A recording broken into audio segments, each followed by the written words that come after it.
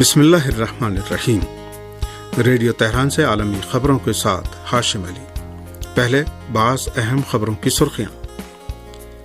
ایران اور دنیا کے بہت سے ممالک میں آج رسول اکرم صلی اللہ علیہ وآلہ وسلم کی رحلت اور آپ کے نواسے حضرت امام حسن علیہ السلام کی شہادت کا غم منایا جا رہا ہے۔ ایران کے وزیر خارجہ نے کہا ہے کہ امریکیوں کی طرف سے ایٹمی سمجھوتے کے حصول کے تعلق سے نیک نیتی کے اظہار پر مبنی پیغامات موصول ہوئے ہیں، لیکن ہم نے امریکی حکام پر واضح کر دیا ہے کہ وہ ہر طرح کی نیک نیتی اور حقیقت پسندی کا ایٹمی معاہدے کو بحال کرنے میں عملی مظاہرہ کریں۔ پاکستانی وزیر اعظم ہاؤس میں ہونے والے وفاقی وزراء کے اجلاس کی ویڈیو لیک ہو جانے کے بعد سیکورٹی پر سوالیہ نشان لگ گیا ہے۔ ہندوستان کے زیر انتظام کشمیر میں سیکورٹی فورس نے 2 عدم شناخت عسکریت پسندوں کو ہلاک کر دینے کا دعویٰ کیا ہے، اور ایران کے صوبے مازندران کے اعلیٰ صوبائی عہدیدار نے کہا ہے کہ صوبے مازندران کے حالیہ بلووں کے دوران دہشت گرد گروہ کوملا اور داعش کے کئی عناصر گرفتار کیے گئے ہیں۔ اہم خبروں کی سرخیوں کے بعد اب خبروں کی تفصیل۔ ایران اور دنیا کے بہت سے ممالک میں آج رسول اکرم صلی اللہ علیہ وآلہ وسلم کی رحلت اور آپ کے نواسے حضرت امام حسن علیہ السلام کی شہادت کا غم منایا جا رہا ہے۔ اسلامی جمہوریہ ایران میں آج اس موقع پر سبھی چھوٹے بڑے شہروں میں عزاداری کا سلسلہ جاری ہے اور ملک بھر کی مساجد و امام بارگاہوں اور مقامات مقدسہ میں مجالس عزا منعقد کی جا رہی ہیں۔ بعض شہروں میں جلوس ہائے عزا بھی برآمد کیے جا رہے ہیں، جن میں عزاداروں کی بڑی تعداد شریک ہے۔ حضرت رسول اکرم صلی اللہ علیہ وآلہ وسلم اور نواسے رسول کی رحلت و شہادت کے موقع پر مجالس عزا کا سب سے بڑا اجتماع مشہد مقدس میں بارگاہ حضرت امام رضا علیہ السلام میں منعقد کیا گیا ہے، جہاں اب تک ایران اور دنیا بھر سے 30 لاکھ سے زیادہ زائرین کے آنے کی خبر ہے۔ قم المقدسہ میں حضرت فاطمہ معصومہ سلام اللہ علیہا کے روضے میں بھی ہزاروں کی تعداد میں ملکی اور غیر ملکی زائرین جمع ہیں اور مجالس عزا کا سلسلہ جاری ہے۔ دارالحکومت تہران میں حضرت عبدالعظیم حسنی اور امام زادہ صالح علیہ السلام کے روضے بھی زائرین سے بھرے ہوئے ہیں اور علماء کرام فضائل و مناقب اہل بیت اطہار علیہ السلام بیان کر رہے ہیں۔ ادھر شیراز میں حضرت احمد ابن موسیٰ شاہ چراغ علیہ السلام کے روضے میں بھی مجالس کا سلسلہ جاری ہے، اور شہر اور اس کے اطراف سے آنے والے زائرین کی بڑی تعداد نوحہ خوانی اور سینہ زنی کر کے آپ کو آپ کے جد بزرگوار کا پرسہ دے رہی ہے۔ ایران کے وزیر خارجہ نے کہا ہے کہ امریکیوں کی طرف سے ایٹمی سمجھوتے کے حصول کے تعلق سے نیک نیتی کے اظہار پر مبنی پیغامات موصول ہوئے ہیں، لیکن ہم نے امریکی حکام پر واضح کر دیا ہے کہ وہ ہر طرح کی نیک نیتی اور حقیقت پسندی کا ایٹمی معاہدے کو بحال کرنے میں عملی مظاہرہ کریں۔ ایران کے وزیر خارجہ حسین امیر عبداللہیان نے نیو یارک میں اپنے قیام کے دوران مختلف ملکوں کے وزرائے خارجہ سے اپنی ملاقاتوں اور مذاکرات کے موضوعات کی طرف اشارہ کرتے ہوئے کہا کہ ان ملاقاتوں میں اس بات کا اعلان کیا گیا ہے کہ اچھے سمجھوتے کے حصول کے لیے امریکہ کو جرأت کا مظاہرہ کرنا ہوگا تاکہ کوئی اچھا اور پائیدار سمجھوتا طے پا سکے۔ انہوں نے کہا کہ امریکی فریق نے بارہا یہاں تک کہ حال ہی میں پھر اعلان کیا ہے کہ وہ اچھے سمجھوتے کا عزم رکھتا ہے اور اس سلسلے میں سنجیدہ بھی ہے، جبکہ ہم نے ان کو صراحت کے ساتھ بتا دیا ہے کہ اگر سمجھوتا چاہتے ہو تو حقیقت پسندی کا مظاہرہ کرتے ہوئے اپنی نیک نیتی اور عزم و ارادے کو عملی طور پر ثابت کرو۔ ایران کے وزیر خارجہ نے اقوام متحدہ کی جنرل اسمبلی کے اس سال کے اجلاس کے بارے میں بھی کہا کہ اس اجلاس میں صدر ایران کی جانب سے 2 ٹوک گفتگو، صراحت کلام کے انتخاب اور دنیا میں چند قطبی نظام کے قیام پر تاکید نیز یک جانبہ اور خود سرانہ اقدامات پر تنقید اجلاس کے شرکاء کی خاص توجہ کا مرکز بنی۔ واضح ہے کہ ایران کے وزیر خارجہ حسین امیر عبداللہیان صدر مملکت کے ساتھ نیو یارک کے دورے پر گئے تھے اور ابھی وہیں قیام پذیر ہیں۔ نیز اقوام متحدہ کی جنرل اسمبلی کے اجلاس کے موقع پر مختلف ملکوں کے وزرائے خارجہ اور دیگر اعلیٰ حکام سے اپنی ملاقاتوں کا سلسلہ جاری رکھے ہوئے ہیں۔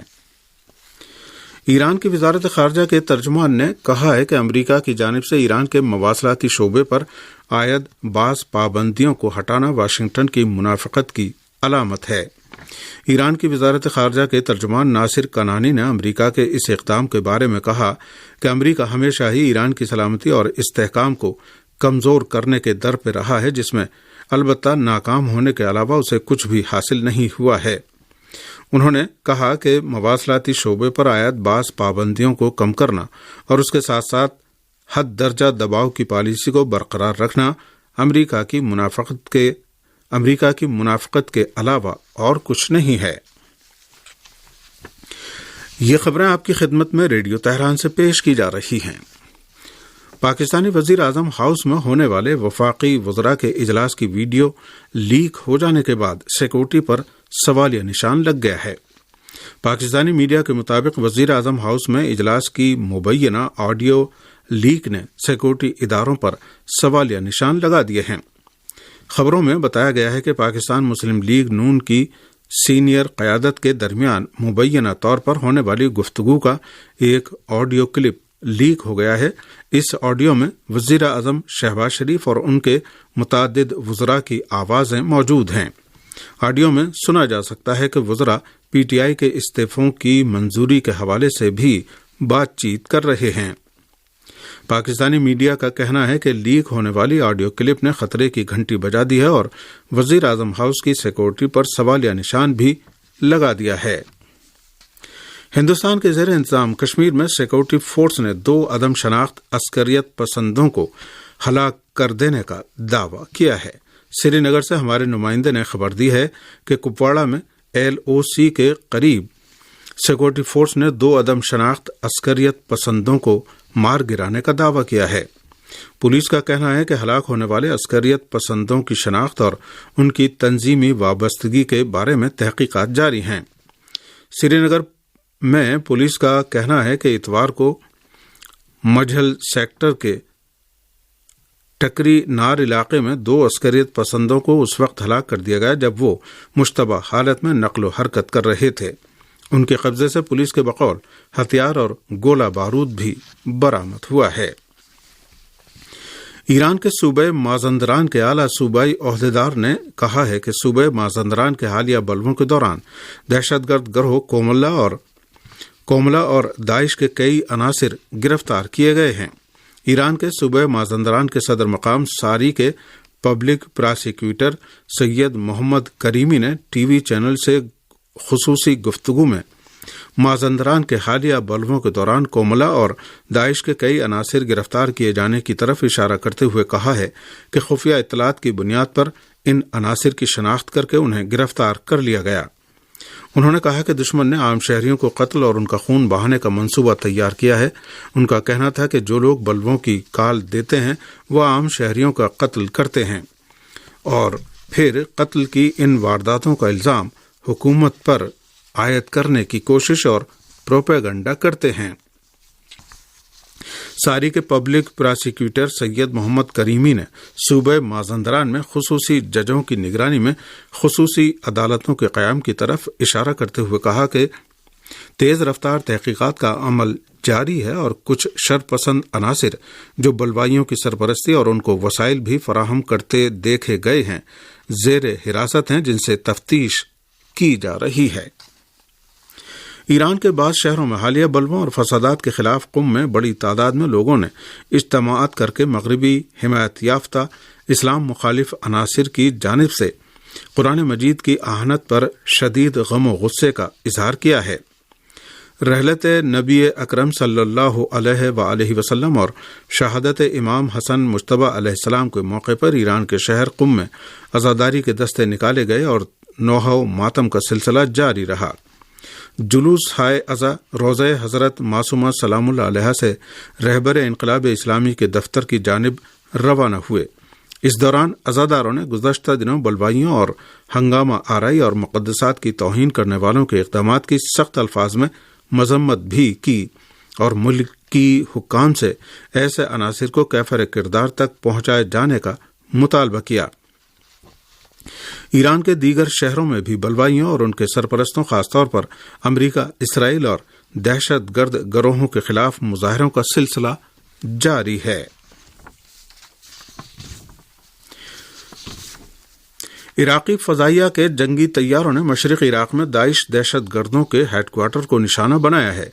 ارنا کی رپورٹ کے مطابق عراق کے صوبہ دیالہ میں دہشت گردوں کے ٹھکانوں پر عراقی فضائیہ کے جنگی طیاروں نے بمباری کی ہے۔ ابھی ممکنہ جانی نقصان کا اعلان نہیں کیا گیا ہے، جبکہ صوبہ دیالہ میں فوجی ٹھکانوں پر داعش دہشت گردوں کے 2 حملوں میں 7 عراقی فوجی جاں بحق اور زخمی ہو گئے ہیں۔ فلسطین کی استقامتی تحریک حماس نے کہا ہے کہ نابلس کے واقعات نے ثابت کر دیا ہے کہ فلسطینی عوام کے اپنے عزم و ارادے سے صہیونی حکومت کو شکست دینے کی پوری توانائی رکھتی ہے۔ باخبر ذرائع نے بتایا ہے کہ غرب اردن کے شہر نابلس میں 37 سالہ فلسطینی شہری محمد عوض ابو کافیہ نے اپنی گاڑی سے کئی صہیونی پولیس افسروں کو کچل دیا۔ یہ شہادت پسندانہ اقدام صہیونی کالونی